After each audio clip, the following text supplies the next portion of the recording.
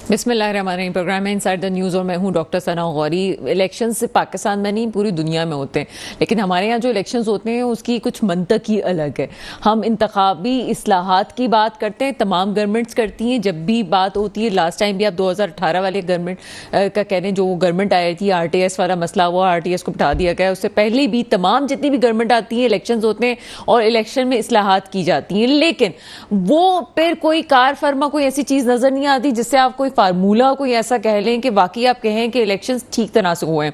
और मौजूदा गवर्नमेंट जो कि अब आप कहें कि असेंबलियां तहलील करेगी या फिर अपनी मुद्दत पूरी करेगी 48 घंटों में, वो जो है वो बारीक सा एक खेल कहते हैं ना, बारीक सी सियासत, वो बारीक सी सियासत कर जाएगी कि 90 दिन में अगले इलेक्शंस होने हैं या 60 दिन में अगले इलेक्शंस होने हैं।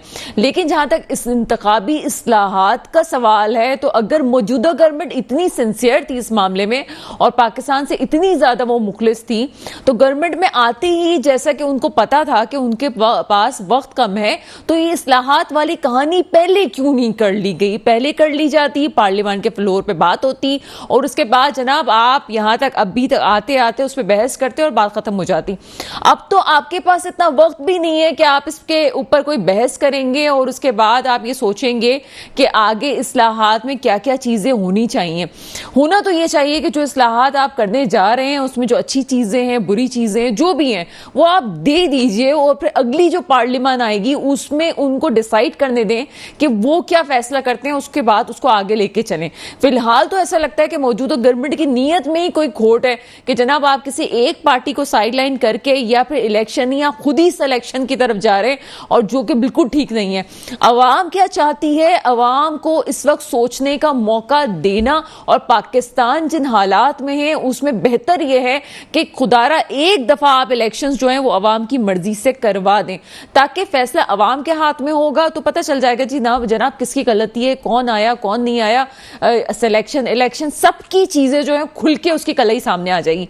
दूसरी बात यह है कि अगर ये गवर्नमेंट जाने वाली है और 15 महीने की कारकर्दगी की बात करें और IMF की वजह से जनाब आपको कुशन मिल चुका है, आपकी गवर्नमेंट आगे बढ़ने वाली, पाकिस्तान को जो है वो डिफॉल्ट से आपने बचा लिया है, इसमें कितना किरदार इस वक्त मौजूदा गवर्नमेंट का है? डेवलपमेंट के काम पे कितनी तवज्जो दी गई है? महंगाई कितनी कम हुई है? ये वो तमाम बातें वो हैं जो इस वक्त डिस्कस करने का सवाल नहीं बनता, लेकिन अगली दफा वोट अवाम किसको देगी, इन तमाम सवालों के जवाब इसी पे डिपेंड करते हैं कि 15 महीने जो तमाम हुकूमत में तमाम जमातें मौजूद रहीं उनकी कारकर्दगी क्या रही। इन तमाम सवालों के जवाब लेंगे। मेरे साथ मौजूद हैं जनाब अख्तर आरई साहब, आप तज्जियाकार हैं, सर प्रोग्राम में आपको वेलकम करते हैं। और हमें ज्वाइन किया है जुल्फिकार अली बदर साहब ने, आपका ताल्लुक पीपल्स पार्टी से, और हमें ज्वाइन किया है मुबशिर मीर साहब ने, आप तज्जियाकार हैं। सबसे पहले चलते हैं जुल्फिकार अली बदर साहब की तरफ। सर प्रोग्राम में आपको वेलकम करेंगे। बहुत शुक्रिया डॉक्टर साहब, आपने अपने प्रोग्राम में बुलाया। जुल्फिकार अली बदर साहब, सबसे पहले तो मुझे ये बताइए कि ये इंतखाबी इस्लाहात की बात की जा रही है, ये अचानक से आपकी गवर्नमेंट को क्यों ख्याल आया कि इंतखाबी इस्लाहात की बात इस वक्त की जाए, जबकि बिलावल भुट्टो जरदारी साहब तो ये बहुत पहले से बात कर रहे थे कि जनाब इस पे सबसे पहले बात इस पे करनी चाहिए। लेकिन इस वक्त जब तमाम गवर्नमेंट खत्म होने वाली है, असेंबली का आखिरी इजलास होने वाला है, अब क्या सिलसिला है कि आप लोग इस पे बात करें? बिस्मिल्लाहिर्रहमानिर्रहीम। डॉक्टर साहब, बड़ा आपका पर्टिनेंट सवाल है और आपने बड़े सीनियर तज्जियाकार बुलाए हुए हैं, मैं उनको भी सलाम देता हूँ, खासतौर पर मुबशिर मीर साहब को, हम बड़े सीनियर।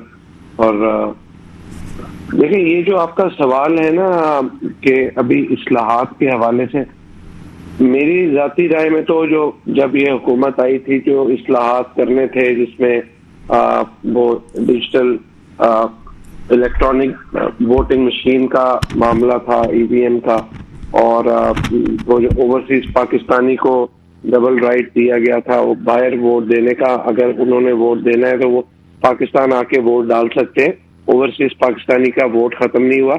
ये जो इंतखाबी इस्लाहात की बात कर रहे हैं, अभी हुकूमत के पास अभी भी टाइम है और असेंबली के अंदर कोई बहुत जरूरी इस्लाहात है तो मैं समझता हूँ तमाम पॉलिटिकल पार्टीज आपस में बैठ के मामलात करके कंसेंसस करके इसको अभी भी कर सकती है, इसमें कोई ऐसी चीज नहीं। लेकिन जब ये असेंबलियों का आईनी मुद्दत पूरी हो जाएगी तो फिर उसके बाद या उसके बिल्कुल हफ्ते 10 दिन पहले ये करना मुमकिन ना होगा बिकॉज जो भी इस्लाहात है, मेरे पास तो इसकी डिटेल नहीं है कि अब इंतखाबी इस्लाहात में क्या चीजें, क्या डेवलपमेंट करनी है, बट जो भी करनी है मुमकिन है कि अब अगले 10, 12, 15, 20 दिन के अंदर अंदर ये हो सकती है।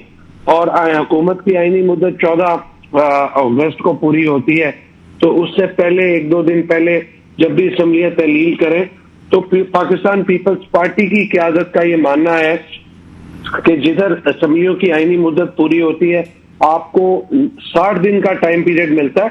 आप 1-2 दिन, 3 दिन, 4 दिन पहले असम्बलियां तहलील कर दें, उससे ये होगा कि आपको 1 माह एक्स्ट्रा मिल जाएगा। 90 दिन तो बीच में कोई 90 दिन का टाइम मिल जाएगा। कोई रास्ते में रुकावट है, कोई इलेक्शन कमीशन को एक्स्ट्रा टाइम चाहिए, को बैलेट पेपर की छुपाई के हवाले से और चीजों के हवाले से, तो इलेक्शन कमीशन के पास भी 30 दिन का एक्स्ट्रा टाइम होगा। उसमें वो चीजों को बेहतर तरीके से ऑर्गेनाइज करते हुए, फैसिलिटेट करते हुए। जुल्फिकार अली बदर साहब, मेरा ख्याल है कि आपकी पार्टी मुल्क की वो वाहिद पार्टी है जिसने जितनी तकलीफें बर्दाश्त की जमहूरियत के सफर में, इतनी दूसरी पार्टीज ने नहीं की। ठीक है, अपनी जगह और लोगों पे कहना चाहिए कि जनाब गद्दारी का मुकदमा भी दायर हुआ, वो एक है अपनी तौर पे, लेकिन आपकी पार्टी का तो नाम तक आपसे छीन लिया गया था। आपको तो बिल्कुल सीन से गायब कर दिया गया।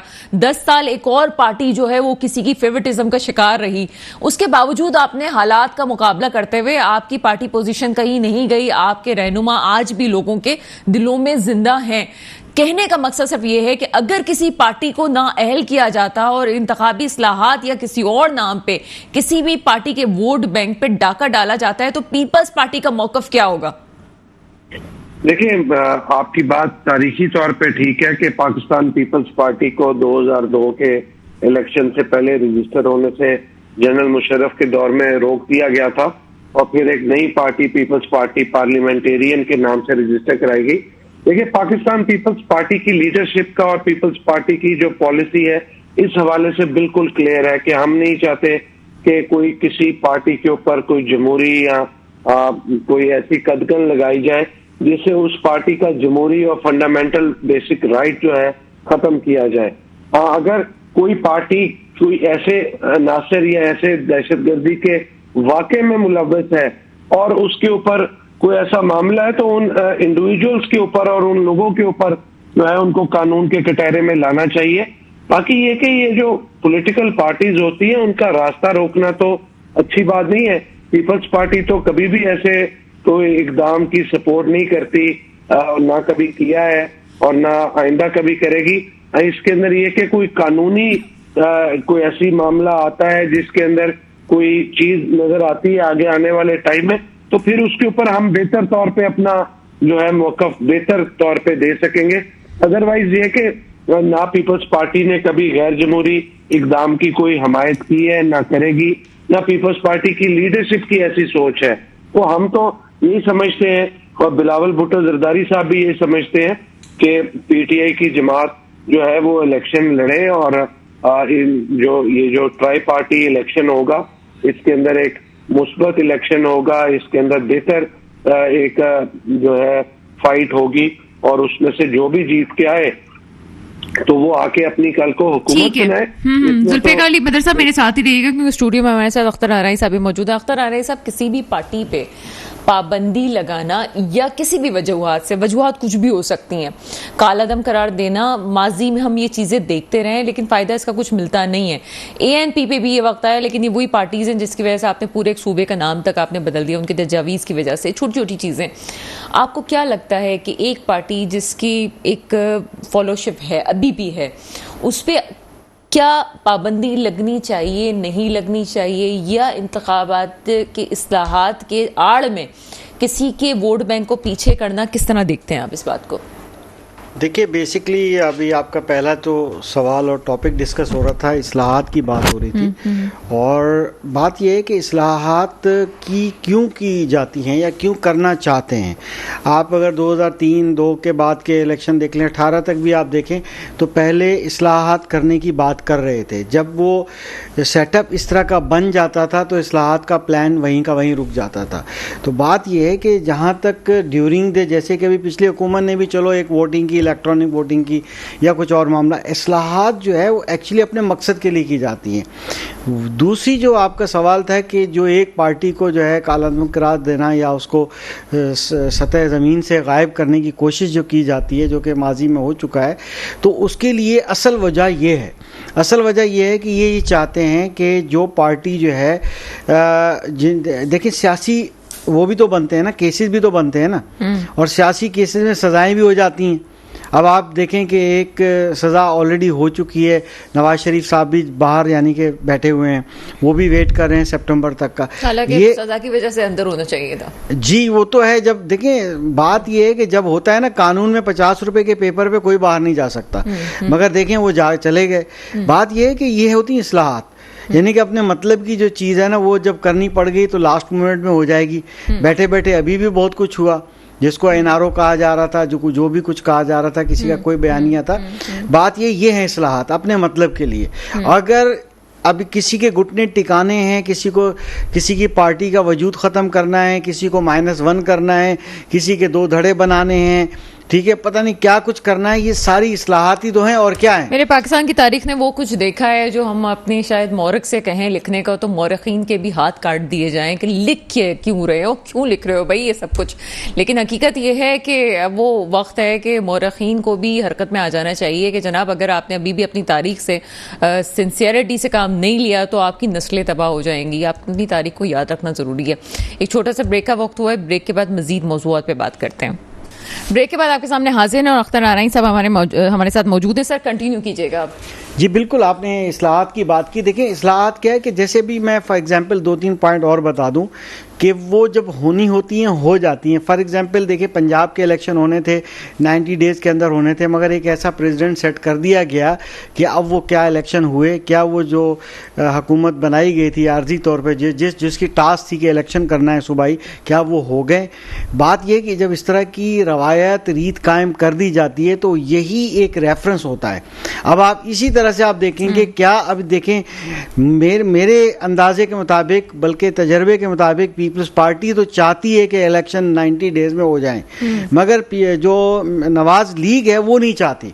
वो चाहती वो जो 90 डेज का IMF प्रोग्राम आया है उस प्रोग्राम को पूरा यूज करें और हम इसको आगे लेके चलें, कम से कम 2023 कंप्लीट करें। उसका रीज़न क्या है कि वो सितंबर का वेट कर रहे हैं और चाहते हैं कि जब उसके बाद नवाज शरीफ साहब तशरीफ लाएं वो अपने मुल्क में और वो अपनी सियासी कैंपेन खुद उसका आगाज़ करें, तब जाके जो है उनकी सियासी साख जो है वो वापस आएगी।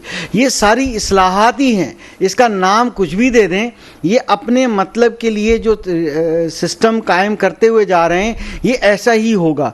तो ऐन मुमकिन है कि 90 डेज में भी इलेक्शन ना हो, ऐन मुमकिन है, जो कि हमारी जो हुकूमत है मुस्लिम लीग नून की, वो उनका जो ख्याल है, उनका जो मतलब है वो यही है। हालांकि दुबई जो मीटिंग में 2 पार्टी के दरमियान में हुई थी, इसमें बहुत सी चीज़ें सेटल डाउन हुई है इफ और बट्स के साथ, plan A, plan B, plan C. वो इफ और बट्स में जो है वो मौलाना साहब नहीं थे, जब जरूरत पड़ती है तो मौलाना साहब बड़े याद आ जाते हैं, उनकी पूरी पलटन याद आ जाती है और पूरी पलटन को आप इस्लामाबाद पे चढ़ाई करिए, हर वक्त तैयार रखते हैं, वो बेचारे मासूम लोग आ भी जाते हैं, लेकिन जहां पे काम करना हो वहां पे मौलाना साहब नहीं होते। अब देखें जनाब आगे गवर्नमेंट में कितनी मिनिस्ट्रियां किसको मिलती हैं, वो एक अभी सवाल बाकी है। जुल्फिकार अली बदर साहब आपकी तरफ आएंगे। सर एक सिंपल सा सवाल है, बड़ा कहने में अजीब सा लगता है, आइन दूसरे लफ्जों में कहा जाए आजकल तो यही रह गया जिसकी लाठी उसकी भैंस। तो आइन कहाँ है? वो 90 दिन के इलेक्शंस की आप बात करते हैं। पीपल्स पार्टी को मैं हमेशा कहती हूँ सबसे ज्यादा जमहूरियत की अलम बरदार और सबसे ज्यादा तकालीफ उठाने वाली पार्टी शायद हो सकती है जो मुल्की सतह पे, बाकी तो चले कराची की पार्टी को हम एक तरफ कर देते हैं, उनके ऊपर भी बड़ा बुरा वक्त आया था। लेकिन मुझे ये बताएं कि क्या वाकई आप लोग आइन की अब भी आप समझते हैं कि सही तरीके से पासदारी कर रहे हैं? वो जो 90 दिन में इंतखाबात होने थे वो अभी तक नहीं हो सके 2 सूबों के, आप फिर जो आगे ये कहने जा रहे हैं कि जी 1 महीने का टाइम मिल जाए और इसके लिए हम 24 घंटे पहले जो है असेंबली तहलील कर लें, आपको लगता है कि सारी बातें ठीक है? डॉक्टर साहब ये जो बातें मैंने की हैं और जो पार्टी लीडरशिप की तरफ से ये मैसेज दिया है और जो हमारी पार्टी के कायदीन की तरफ से कि असेंबलियों को टाइम से पहले अगर किया जाए तो 1 महीना एक्स्ट्रा मिल जाए, ये सारी आईनी बातें हैं। इसके अंदर कोई भी ऐसी चीज नहीं है जिसमें आइन की पासदारी ना हो। और पीपल्स पार्टी और उसकी लीडरशिप ये समझती है कि हमें आइन की पासदारी करनी है और हमें कोई भी ऐसा इकदाम या ऐसी चीज को सपोर्ट नहीं करना जिसमें आइन की वायलेशन हो। तो सर फिर वो केपीके और पंजाब में वो आइन की पासदारी कहाँ चली गई थी सर? जी देखिए, केपी के अंदर जो है वो इलेक्शन, उसके अंदर पीपल्स पार्टी का कोई रोल नहीं था, और पंजाब के अंदर जब इलेक्शन था तो पीपल्स पार्टी ने अपने तमाम कैंडिडेट को टिकटें देके नॉमिनेट करके उनको असाइन करके ग्राउंड पे एक्टिव कर दिया था इलेक्शन के लिए। अब वो इलेक्शन जो है वो सुप्रीम कोर्ट में मामला था और इलेक्शन सुप्रीम कोर्ट ने अनाउंस करना था, जो कि सुप्रीम कोर्ट ने नहीं किया उसका फैसला। उसमें पीपल्स पार्टी ने तो एक चीज कह दी थी कि जो आइन की पासदारी है वो हमने करनी है।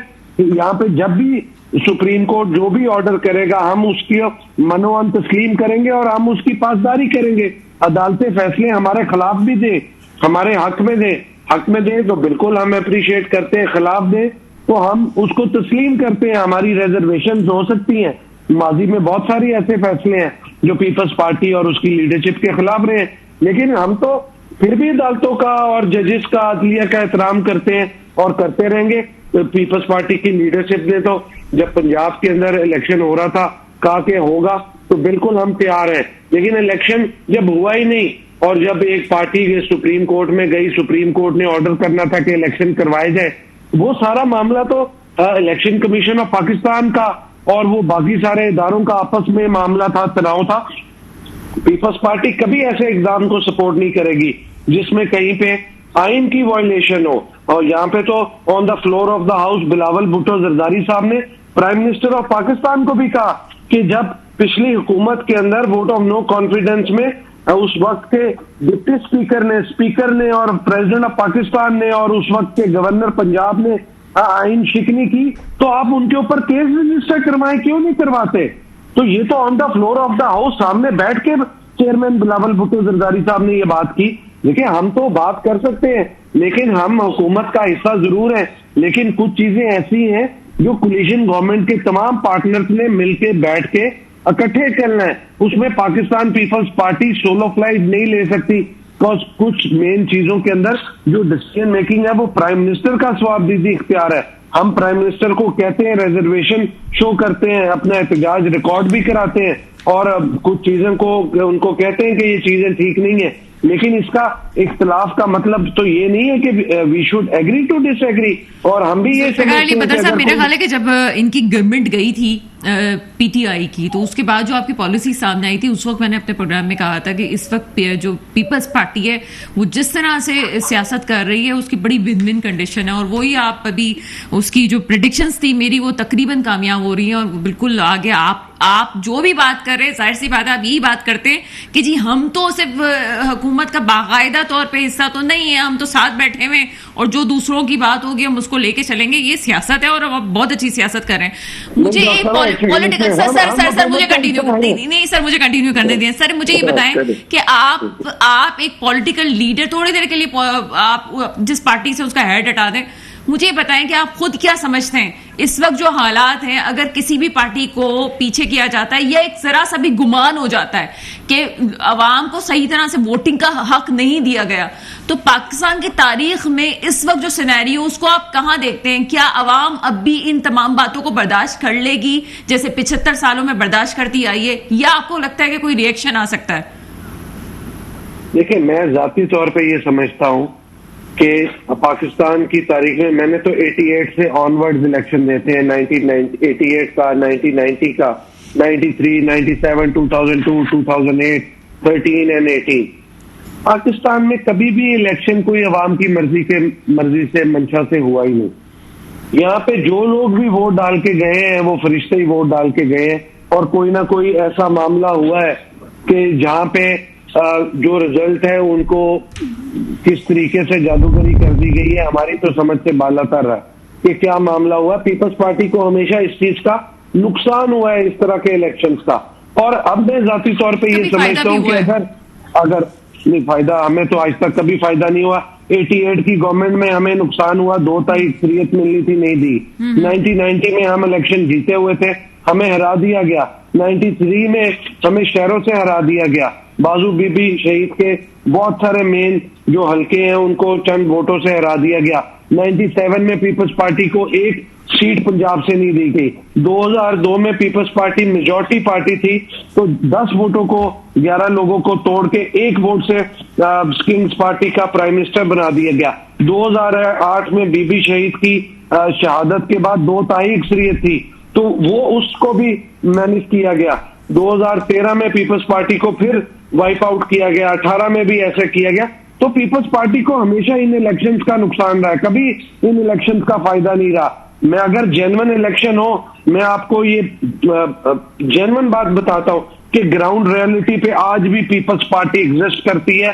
पीपल्स पार्टी के बहुत सारे लोग मौजूद हैं जो पार्टी की किसी वजह से नाराज हो सकते हैं, वोट नहीं डालते, लेकिन अगर पार्टी की उनके साथ कनेक्टिविटी और जेन्युइन इलेक्शन हो, वो निकल के वोट डाले। जुल्फिकार अली बदर साहब, मैं तो पहले भी प्रोग्राम में कर चुकी हूँ, 2 हफ्ते से कह रही हूँ, 2 सूबे तो आपके पास मौजूद हैं। कोई ऐसी पार्टी इस वक्त पाकिस्तान में मौजूद नहीं है जो ये बात कहे कि 2 सूबे उसके पास हो सकते हैं। अभी आप गारंटी के साथ आपके पास 2 सूबे मौजूद हैं इस वक्त, किसी और पार्टी के पास नहीं है। मैं आपसे एक और जो लिंक पे बात करना चाह रही हूँ, जिसपे मैंने कहा कि पॉलिटिकल हेड उतार के बात कीजिएगा, मुझे ये बताएं कि अगर इस वक्त पाकिस्तान के 75 साल की तारीख में अवाम ने जवाब नहीं मांगा, आपको लगता है कि इस दफा अगर थोड़ा सा भी इस बात का ख्याल हुआ कि कहीं धांधली हुई है या उस तरह से इलेक्शंस नहीं हुए, तो अवाम का रिएक्शन सामने आ सकता है? बिल्कुल आ सकता है, इसमें कोई शक नहीं, क्योंकि धांधली जब भी होती है अवाम का रिएक्शन तो होता है। लेकिन चूंकि कैंडिडेट, पॉलिटिकल पार्टीज और अवाम बेबस है, कहां पे जाएं, क्योंकि अवाम डायरेक्टली तो वो नहीं होते। लेकिन मैं समझता हूं कि पाकिस्तान के अंदर एक दफा ऐसा इलेक्शन होना चाहिए, क्योंकि ट्रांसपेरेंट और क्लियर इलेक्शन हो, जिससे अवाम को मैंडेट हो कि वो अपनी मर्जी से बात लंबी हो जाएगी, मुजीबुर रहमान बीच में आ जाएंगे, मेरा ख्याल है वो थोड़ा सा फेयर हो गया था। नहीं, मैं तो देखें, मैं सिंपल बात करना चाहूंगा कि अगर आप देखिए वो मुजीबुर रहमान साहब वाला भी जो मामला है ना, उसके अंदर बहुत सारे फैक्टर्स इन्वॉल्व थे, उसके अंदर कोई एक फैक्टर नहीं था। तो अब बात अगर उधर जाएगी तो फिर बात दूर तक चली जाएगी।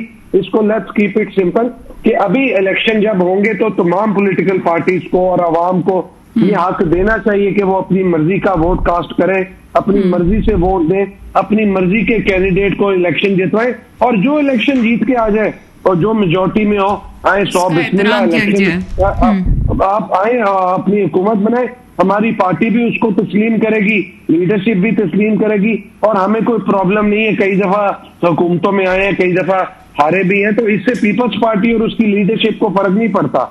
लेकिन इलेक्शन हम जीतने के लिए लड़ते हैं, कोशिश करेंगे कि हम जीते, मेजॉरिटी लें, और ये बाकी अल्लाह ताला ने बरकत डाली है। ठीक है सर, तो आज में नहीं जीतेंगे तो कोई ऐसी बात नहीं। बहुत शुक्रिया। जुल्फिकार अली बदर साहब मेरे साथ मौजूद थे। बस अल्लाह ताला का नाम आ जाते हैं, हम तो सारे मामला अल्लाह ताला पे छोड़ के बस खत्म ही हो जाती है चीजें के। और बड़ी मजे की बात उन्होंने की अख्तर आरई साहब के, कहते हैं जी लेट्स कीप इट सिंपल। बड़ा मजे का जुमला था। जहाँ इलेक्शंस की बात होती है और हम मुजीबुर रहमान तक पहुंचते हैं तो उसमें जो जुबान बंदी भी हो जाती है। इलेक्शंस आपने कभी देखेंगे फेयर हुए, या आपको उम्मीद है कि आगे हो जाएंगे? देखिए, इलेक्शन फेयर होते हैं, मगर वही बात है कि मैंडेट चेंज कैसे होता है ये समझ आज तक नहीं आया। फिर उसके बाद एक चीज और समझ, कि वो एक और चीज समझ में भी नहीं आई, लेट्स कीप इट सिंपल। तो सर वो जब सिंपल वाली बात होती है तो वो तो हम कह भी नहीं सकते ना। फिर उसके बाद जो दूसरी चीज देखने में आई है वो भी अभी तक समझ में नहीं आई कि अगर अवाम, याद रखिएगा जहां हम अवाम जो है, समझ सबको आ रहा होता है, अवाम जब एक वोट देकर, फॉर एग्जाम्पल मैं एक नया प्रेसिडेंट जो यहाँ सिंध में कराची के बल्दियाती इंतखाबात में सेटल डाउन हुआ है कि एक नंबर गेम देखा जाए तो उसके अंदर जमायत इस्लामी जो है वो आगे थी, मगर वो किस तरह का एक सिस्टम डेवलप हो गया कि जिसकी अक्सरियत थी, अवाम ने जिसको मैंडेट दिया, और फिर मेयर किनका आया, कितना डिले हुआ इलेक्शन, ये भी एक प्रेसिडेंट सेट हो गया। तो बात यह कि वोट डालने के बाद भी ऐसी पॉलिटिकल इंजीनियरिंग हो जाती है कि एक पार्टी ने बाइकाट कर दिया, वो इलेक्शन में आई नहीं, दूसरी पार्टी वैसे ही 2 हिस्से बन गई, तीतर बिटर हो गई, ठीक है, जिस पार्टी का नाम लेना भी आजकल वो हो गया है। तो बाकी फायदा किसको पहुंचा? आखिरी इत्तला तक पीटीआई ने इंतखाबी इस्लाहात का बाइकआउट कर दिया है। जी बिल्कुल, वही तो कह रहे हैं ना कि जब ये इस्लाहात ही अपने मतलब की होंगी या फिर आफ्टर इलेक्शन जो अरेंजमेंट्स होती हैं वो इतनी प्लानिंग के साथ हो जाती हैं, तो फिर उसके बाद क्या कहा जा सकता है? कुछ भी नहीं कहा जा सकता। क्या चीज़ फेयर होती है? कुछ भी फेयर नहीं होता। तो बात ये है कि वही सिंपल वाली बात है। नहीं, सिंपल वाली बात मैं वही इनसे भी पूछा था, मैं आपसे पूछूंगी, शॉर्ट आंसर मुझे दीजिएगा। 75 सालों में अवाम का वो शऊर का वो मयार नहीं था, वो आप नहीं कह सकते कि सोशल मीडिया की वजह से भी थोड़ा बहुत इसमें इजाफा हुआ है। आपको लगता है कि इस दफ़ा अवाम इस बात को नहीं सोचेगी, बस जो हो गया सो हो गया, चल रहा है, महंगाई भी बहुत है, छोड़ो जो आता है आ जाए, ये वाली सूरत हाल होगी, या आपको लगता है कि कोई रिएक्शन सामने आएगा अगर धांधली होती है? तो देखिए, बात ये होती है कि जब किसी की कमर तोड़ दी जाए ना, उसको अच्छे और बुरे की तमीज़ भी हो, वो अपने वोट का सही इस्तेमाल करके भी आ गया हो, उसके बाद जो नताइज आते हैं, कौन बाहर निकलता है, कौन रोड पे निकलेगा? एक भूखा प्यासा रोड पे निकलेगा, जिसके बच्चे सिसक रहे होंगे घर में, क्या वो बाहर निकलेगा? आजकल जो सबसे बड़ा प्रॉब्लम है वो यही है कि अपने बच्चों की दाल रोटी पूरी करनी है। जब आप उसको किसी लायक छोड़ते ही नहीं है कि वो एहतजाज करे, रोड पे निकले, रोड पे ज़रूर निकलते हैं मगर वो इतने ज़्यादा नहीं होते कि अवाम ही ऊपर आ जाए रोड के ऊपर, ऐसा हो नहीं सकता। हालांकि माजी करीब के अंदर ये नज़र आ रहा था कि ये पार्टी इतना ऊपर चली गई है कि ये किसी को भी माफ़ नहीं कर रही है। जिनका आज तक किसी ने नाम ले लिया उनका भी नाम पुकार रही है, मगर अब हुआ क्या? आज उनका कोई नाम लेने वाला नहीं है, बस जाहिर उसके नाम पे लेने पे पाबंदी है। और एक्चुअली ऐसे ही होगा। अवाम में वो दम नहीं रहा। एक वोट की पावर है, उसको यूज़ कर भी ले, मगर वही बात है कि कराची के इंतखाबात की बात कर लें, ठीक है? ना करें, देखिए, नाउमीदी की बात नहीं है। बात यह है कि हम तो ये कहते हैं, वोट जाया हो जाएगा। हम तो ये कहते हैं कि देखिए, पॉलिटिकल पार्टीज काम करना चाहती हैं, मगर असल प्रॉब्लम कहाँ आता है? जब उनको काम करने नहीं दिया जाता। कौन नहीं करने? वो लेट्स कीप इट सिंपल वाले नहीं करने देते। नहीं, ऐसी भी बात नहीं है, वो क्यों नहीं करने देंगे? बात यह है कि अपने सियासी पार्टियां ही नहीं करने देती। आप देखें कि एक अगर दो बारी बारी आते थे, वो क्या करते थे? कोई रोड पे घसीटता था, कोई कुछ करता था, काम करने नहीं देते, डिस्ट्रैक्ट करते हैं, प्रॉब्लम क्रिएट करते हैं। चीजें तो अपनी तरफ चल रही हैं, लेकिन जब सोवियत यूनियन टूटा था और उस वक्त बहुत सी वजूहात सामने लाई गई और साइकोलॉजिकल वार की एक टर्म सामने हमारे सामने आई, तो उसमें एक चीज बड़ी इंपॉर्टेंट होती है, होती है इंडिविजुअल को तबाह करना और इंडिविजुअल की सोच को, रोटी कपड़े के मकान के चक्कर में उसको इतना परेशान कर देना कि उसकी पॉलिटिकल सोच ही खत्म हो जाए। तो आप अगर हिस्ट्री पढ़ें तो उस लोगों के साथ भी यही हुआ था कि उनको उनके मसाइल में इतना उलझा दिया गया कि फिर गवर्नमेंट क्या करती है, वो इंटरेस्ट खत्म हो गया कि जी रोटी के पैसे बढ़ रहे हैं तो बढ़ते रहें, चीजें आगे जा रही हैं तो चलते रहें। उनकी इनकलाब की सोच भी खत्म हो गई थी, खुद बिल भी खत्म हो गई थी। इस वक्त से डरना चाहिए, और स्पेशली आज के हुक्मरानों को और आज के जो पॉलिटिकल लीडर्स हैं जो वापस इक़्तिदार में आने वाले हैं, उनको भी डरना चाहिए। उनका अपना मुस्तकबिल क्या होगा अगर उन्होंने आज चीज़ें ठीक करने की कोशिश नहीं की। एक छोटा सा ब्रेक है, ब्रेक के बाद मजीद बात करते हैं। ब्रेक के बाद आपके सामने हाजिर हैं मुबशिर मीर साहब, मेरे साथ मौजूद हैं। सर, प्रोग्राम में आपको वेलकम करते हैं। वालेकुम अस्सलाम जी, बहुत शुक्रिया। मुबशिर मीर साहब, जो मेरे जहन में सवाल है और पहले भी मैं कर चुकी हूँ प्रोग्राम के स्टार्ट में, इंतखाबी इस्लाहात अभी क्यों याद आई हैं? 15 महीने से बैठे हुए थे आप गवर्नमेंट में ये लोग, और उस वक्त अगर बात करते तो आगे चीज़ें बेहतर होती जाती, बहस होती, चीज़ें आती। मेरे ख्याल है पाकिस्तान की तारीख में इस पार्लियामान ने जिस किस्म के फैसले किए, इस पर हंसी आ सकती है कि क्या चीज़ें हुई हैं, क्या नहीं हुई हैं। इवन ही कि आप को अदालत तक पहुंच गए, अदालत के जजेस के फैसलों तक पे बात पहुंच गई, उनकी भी कमेटियां बिठा दी, लेकिन इंतखाबी इस्लाहात अब आखिर में याद आई हैं। क्या समझते हैं इसका क्या मुस्तकबिल हो सकता है और क्यों किया जा रहा है ये सब कुछ? बहुत शुक्रिया डॉक्टर साहबा, आपने सवाल में जवाब भी दिया है और मैं उसको इंडोर्स करता हूं कि आप देखें जो पार्लियामेंट ने गुज़श्ता 1 साल के दरमियान कानून साजी की है, एक तो देखें उसमें पार्टिसिपेशन लेवल क्या है, नंबर 1।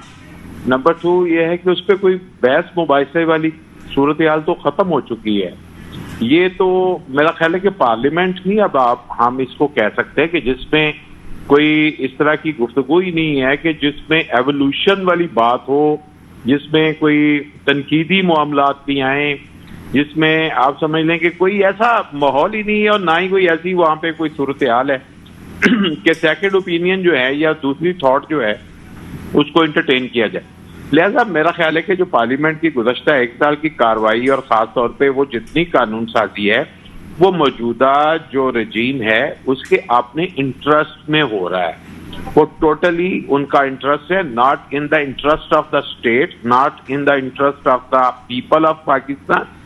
कोई उसका इम्पैक्ट जो है ना वो पाकिस्तान की सियासत को मद्देनजर रख के नहीं किया जा रहा, बल्कि वो देख रहे हैं कि हम अगली जो है ना जो गवर्नमेंट है उसका हिस्सा कैसे बन सकते हैं। तो लिहाजा इस टोटली अनफेयर। डेमोक्रेसी जो है वो पाकिस्तान में मेरा नहीं ख्याल के कोई उसका वजूद है इस वक्त, और ना ही आइन जो है वो कोई मुबशिर मीर साहब फिर आप मान रहे हैं कि पहले वजूद था? हाँ, किसी हद तक आप कह सकते हैं कि जो ये सिचुएशन है इससे तो 1000 गुना बेहतर थी जब यही हुकूमत के लोग अपोजिशन में पूरी तरह वहां पे मौजूद थे और पूरी इनकी जो है वो वॉइस जो है वो वहां पे पार्लियामेंट में जो है वो सुनी जाती थी।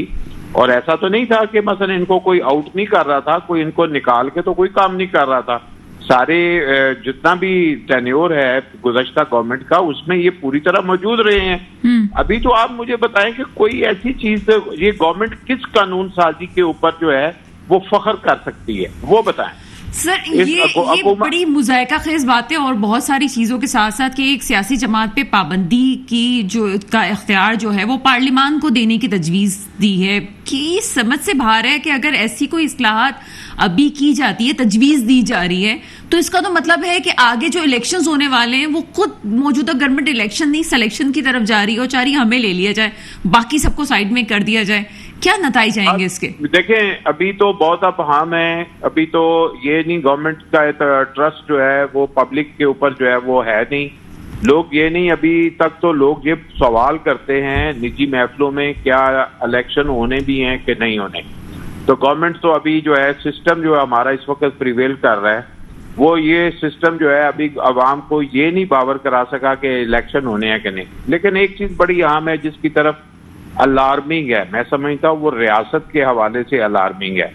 वो क्या है कि जो अगर आप उस पार्टी को बाहर निकालते हैं तो इंटरनेशनली क्या मुल्क भी उसमें आपकी क्रेडिबिलिटी इससे भी और गिर जाएगी। नंबर 1 ये हो जाएगा कि वो इलेक्शन जो है वो इलेक्शन को कोई भी तसव्वुर नहीं करेगा। दूसरी बात जो ज्यादा अलार्मिंग है वो ये है कि खास तौर पर जो अभी 2 प्रोविंस हैं उनमें तो हम इसको ऑब्जर्व कर रहे हैं, KPK में और पंजाब में, जो सबसे ज्यादा जिनमें कारकुन जो है वो गिरफ्तार हैं, कि उसमें जो तरीके इंसाफ वर्सेस जो है वो सियासी जमातें नहीं है, वो रियासत हो चुकी, रियासत के इदारे हुए हैं। ये रियासत को सोचने की जरूरत है कि ऐसी सिचुएशन जो है वो मुल्क के लिए बेहतर नहीं है। तो सर इलेक्शन में मुकाबले की फजा कहाँ होगी अगर इस नहीं मुकाबले की फजा तो बाद में आएगी, लेकिन जो जिस पार्टी को आप पाबंदी लगाने की बात कर रही हैं उस पार्टी के लोगों के अगेंस्ट जो है वो सियासी जमातों को तसव्वुर ही नहीं किया जा रहा। लेटेस्ट जो 2 दिन पहले सर्वे आया है उसमें आप मकबूलियत के ग्राफ तो चेक करें, उसमें देखें तो सही कि कौन कहाँ खड़ा है। आप जितना मर्जी जो है वो अपना इस वक्त चला रहे हैं, अपना बयानिया डेवलप करने की कोशिश की जा रही है, मौजूदा हुकूमत कर रही है, उसकी पूरी मशीनरी लगी हुई है, लेकिन उनको बाय कोई नहीं कर रहा, उस अवाम उसको बाय नहीं कर रही, उसकी पजीराई नहीं हो रही। क्यों नहीं हो रही? कि उसके पीछे जो है कोई सॉलिड एविडेंस नहीं है। नंबर 1 आप उसमें क्लैरिटी नहीं है, जो भी इल्जामात हैं उसकी कोई आजादाना तहकीकात के लिए जो है ना वो तैयार नहीं है। जो भी इल्जामात हैं उसको जो है आप समझ लें कि किसी पब्लिकली फेस करने के लिए कोई तैयार नहीं है, सिर्फ मुसल्लत करने की कोशिश की जा रही है, जो कि पाकिस्तान के मुस्तकबिल के हवाले से, अवाम के हवाले से बिल्कुल अनफेयर है। मुबशिर मीर साहब, मैं एक बात का रुख किसी और तरफ लेके जा रही हूँ, आप ही की बात से लेके आजादाना तहकीकात की आपने बात की, तो मुझे सिंपली बताएं कि चले हम ISPR के DG ISPR की प्रेस कॉन्फ्रेंस में साफ पता चल रहा था कि वो जिस तरह इशारा कर रहे थे, लेकिन उन्होंने नाम किसी का नहीं लिया था कि जी फलां मास्टरमाइंड है। उन्होंने कहा जो भी होगा उसको हम कैफे के किनारे तक पहुंचाएंगे। लेकिन मौजूदा वजीर आजम या उनके जितने साथी हैं वो चेयरमैन PTI का मास्टरमाइंड के तौर पे नाम ले चुके। आर्मी अदालतों की बात हो चुकी हो रही है इसमें, ये कि सिविलियन का केस उसमें चलेगा नहीं चलेगा वो बहस अपनी जगह है, लेकिन जब इतनी सब कुछ चीजें हो चुकी हैं तो फिर चीजें आगे क्यों नहीं जा रही हैं? अगर ठीक है जब सब नाम ही ले रहे हैं ढके छुपे लफ्जों में या किसी ने नाम ले लिया तो मुकदमात को फिर आगे बढ़ाएं, अगर ये तो फिर यही सही। लेकिन आपको क्या लगता है कि पॉलिटिकल पार्टीज को अपना डर है कि अगर किसी एक का भी मुकदमा इस तरह चल गया तो कोई ना साबिक ना आने वाला कोई नहीं बच सकेगा, तमाम को ही आर्मी अदालत में फेस करना पड़ेगा, क्योंकि कोई भी सीट से तो कोई भी चला जाता है, कल कोई और आ जाएगा, उनका माइंड फिर से हो जाएगा, हो सकता है आगे कोई और प्रोजेक्ट लॉन्च हो जाए। तो क्या आपका क्या पॉइंट ऑफ व्यू है इस पे? मेरा ख्याल है कि देखें ये जो भी इल्जामात हैं अभी चूंकि किसी अदालत में जाके उसको साबित करना, वो खा आप कोई भी अदालत लगाएं, जो भी उसको नाम दें, इवन कि जो है ना कुछ बहुत से जो लॉयर कम्युनिटी है या लीगल फर्टर्निटी है उनके लोग तो कह चुके हैं कि भाई ये तो फौजी मुकदमा बनता ही नहीं है। फिर एक देखें कि क्या हुआ है कि जो साबित करना कि क्या वो जगह फौजी तनसीबात में आती है कि नहीं, वो तो आती नहीं है, उसके ऊपर तो एक अलहदा गुफ्तगू हो चुकी है और फिर उसकी हिस्ट्री बाहर जितनी आ चुकी है अभी तक, मेरा ख्याल है ये वैसे ही आनी नहीं थी। जो समझ लें ब्लेसिंग इन डिसगाइज वाली बात है कि वो हिस्ट्री भी बाहर आ चुकी है। दूसरा जो बात आपने की है दीगर पार्टियां, और हर पार्टी कुछ ना कुछ कह चुकी हुई है माजी में, क्या वो नहीं निकल आएगा? क्या जो बहुत सी मजहबी जमातें बहुत कुछ कह चुकी हैं, यही इन्हीं जमातों के जो बहुत से रहनुमा हैं वो पार्लियामेंट में बड़ी सख्त किस्म की स्पीचेस कर चुके हुए हैं जो बिल्कुल टोटल मिलिट्री के अगेंस्ट की हुई हैं। इवन के जो वजीर दिफा है उनकी स्पीच जो है वो इतनी ज्यादा जो है वो ज़बान ज़दाम है, क्या उनकी फिर पकड़ नहीं हो सकती? लिहाजा सब इस रंग में रंगे हुए हैं, सबका कुछ ना कुछ मौजूद है, इसलिए मेरा ख्याल है कि एक खौफ अंदर ही अंदर मौजूद है। और इसमें मेरा ख्याल है कि इसमें सबसे बड़ी रुकावट पीपल्स पार्टी है। पीपल्स पार्टी ही नहीं चाहती कि वो इस तरफ जाया जाए। इसमें पीपल्स पार्टी को क्रेडिट भी आप दे सकते हैं कि वो इस तरह के मुकदमात को चलाने में दिलचस्पी नहीं रखते। उनकी हिस्ट्री जो है सर, लेकिन हिस्ट्री में बेनजीर भुट्टो साहिबा इस पे स्टेप ले चुकी हैं कि ये नहीं हो सकेगा, और कहा जाता है कि इसी वजह से उनकी गवर्नमेंट को भी नुकसान पहुंचा था। देखें, पीपल्स पार्टी ने ऊंच नीच ज्यादा देखी है बनिस्बत मुस्लिम लीग नून के, बल्कि उसने ज्यादा सख्त मुकाबले किए हुए हैं माजी में। उन्हीं के लोग हैं जिन्होंने इससे इसी तरह कोड़े खाए हुए हैं। लिहाजा उनकी तारीख जो 50 साल की तारीख है वो इस सूरत हाल को ज्यादा बेहतर ऑब्जर्व करते हैं। ठीक है, ये क़यादत जो है ये बाद में आई है, लेकिन इस पार्टी के साथ वो हिस्ट्री तो जुड़ी हुई है ना, कि जिन्होंने इससे इसी तरह के या इससे मुश्किल सूरत हाल का भी ज़ियाउल हक के दौर में भी मुकाबला किया हुआ है। लिहाजा वो समझते हैं कि अगर जो भी आप सूरत हाल हो उसको आप पॉलिटिकल फोरम्स के ऊपर लेकर जाएं, उसको सियासी मामलात को आप फौजी मामलात के दायरे में होकर ना देखें। इस मामले में पीपल्स पार्टी का स्टांस जो है वो बहुत बेहतर है बनिस्बत मुस्लिम लीग नून के। हालांकि मुस्लिम लीग नून खुद जो है वो शिकार हो चुकी है परवेज मुशर्रफ साहब के हवाले से, अगर मैं बात करूं। लेकिन यह है कि वो मुकदमा था बिल्कुल, लेकिन क्या है कि वो अभी ये समझते हैं कि जो इमीडिएट हमारा राइवल है इसको क्रश कर दिया जाए ताकि हमारी जगह जो है वो बन जाए। आप देखिए, इसमें एक बड़ी आम बात है, एक आम बात है कि जो 18वीं तरमीम के बाद हमारे मुल्क में सूबे जो हैं वो पार्टियों में बंट चुके हैं, और पीपल्स पार्टी की तो फिर भी एक जो है ना वो कॉन्स्टिट्यूएंसी मौजूद है। मुस्लिम लीग नून सबसे ज्यादा बुरी हालत में है, पंजाब उसके हाथ से निकल चुका है।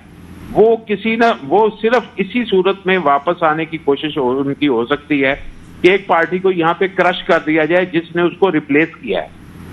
लिहाजा उसका सबसे ज्यादा जोर भी आप देख लें, आप कैबिनेट में देख लें, 13-14 पार्टियों में से सबसे ज्यादा जो है वो तहरीक इंसाफ के खिलाफ कौन बोलता है?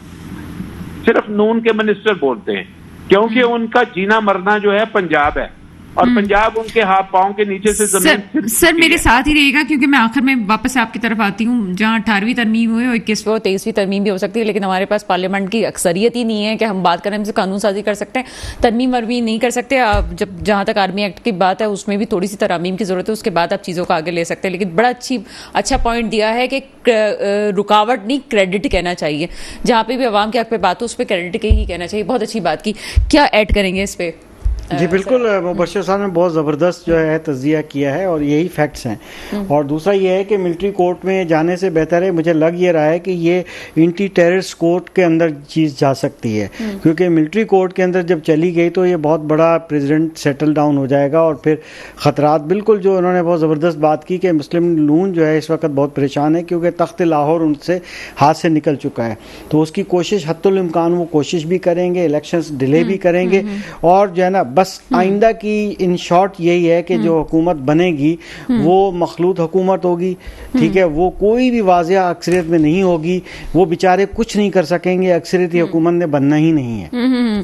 तख्ते लाहौर की सबको फिक्र है, लेकिन तख्ते लाहौर तो अभी पानी में डूबा हुआ है, वो फिक्र नहीं है किसी को कि पानी निकालें कैसे, नेक्स्ट टाइम जब बारिश होगी तो फिर तख्ते लाहौर को कैसे बचाया जाएगा। मुबश्शिर मीर साहब आखिरी कमेंट कीजिएगा आप मुझे ये मुझे बता दें कि वो आखिरी कमेंट भी इसलिए कह रही हूँ कि बड़ा वो तवील बात हो जाएगी। ये जो इस वक्त मैं और आप जिस इदारे के बारे में बड़े खुल के बात कर लेते हैं, पहले तो नहीं था ना आप बात कर सकते थे ना हम बात कर सकते थे, ये भी तो कहेंगे चलिए ये भी क्रेडिट उनको दे देंगे, हमें बात करने की थोड़ी बहुत आजादी तो है।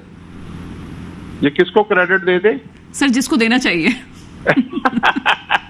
देखिए ये आपका राइट है, ये किसी को क्रेडिट की नहीं जाती, ये आपका एक दुनिया में माना हुआ तस्लीम किया हुआ राइट है जो आपको आईने पाकिस्तान भी देता है। किसी के ऐलान करने से ये राइट खत्म नहीं हो सकता, कोई छीन नहीं सकता। आवाज जो है वो दबाना ठीक है, कोई भी ताकतवर चीज जो है, कोई भी ताकतवर शख्स जो है वो एक वक्ती तौर पर कुछ कर सकता है। मुबश्शिर मीर साहब बिल्कुल एक मैं सीनियर सहाफी के जुबान से यही अल्फाज सुनना चाहती थी कि वाकई ही किसी का हक नहीं पहुंचता कि कोई किसी को आज़ादी से बात करने का हक दे। ये हमारा हक है कि हम बात करें और बहरहाल इस बात को समझना चाहिए कि जहाँ सोशल मीडिया की दुनिया है वहाँ आप जबानों को बहुत ज़्यादा रोक नहीं सकते। अवाम में शऊर आ गया है और उसका मकसद ये है कि अगर अब भी आपने इलेक्शंस को बनाने की कोशिश की और किसी का सिलेक्शन करने की कोशिश की तो वो वक्त आ गया है कि अवाम आपसे सवाल जरूर पूछेगी। दुआ वही है जो हमेशा होती है, मेरे मुल्क में वो हुक्मरान आए जो वाकई मेरे मुल्क के मुस्तकबिल की हिफाजत करें। इसके साथ ही प्रोग्राम का वक्त खत्म होता है, मुझे इजाजत दीजिएगा, खुदा हाफिज।